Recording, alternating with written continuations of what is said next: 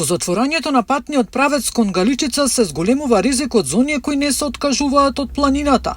Од спасителната служба најавија дека нема да интервенираат при заглавени возила на забранетиот пат, ќе помагаат само на загрозени и завејани лица, бидејќи како што велат најголемиот број на интервенции се токму во националниот парк. Доколку се случи да бидат заглавени возила над местноста Корита, значи над онај предел кај што сообраќајот е забранет за сообраќај, дека ќе интервенираме само во случај за извлекување на луѓе, но не и на возилата. За возилата има посебни служби кои што се специализирани за ова, ние може да направиме и дополнителна штета и на нивните возила, меѓутоа да ги оштетиме и нашите ресурси.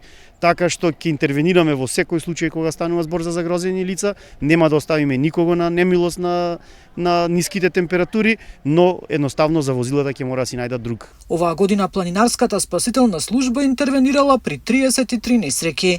За жал ги имаме повторно интервенции со политрауми, најчесто се тоа параглајдерски несреќи кои што се случуваат во нашиот регион, познато е дека е атрактивен за параглајдинг.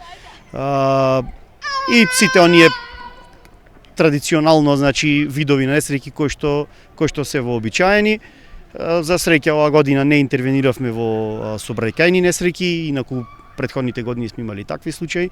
Патот во зима со децении е затворен. Оние кои не ги почитуваат сообраќајните правила и самоиницијативно возат, ќе подлежат и на казни. Сообраќајот за љубителите на планина е дозволен до местноста Корита. Нина Аритоновска, Сител телевизија.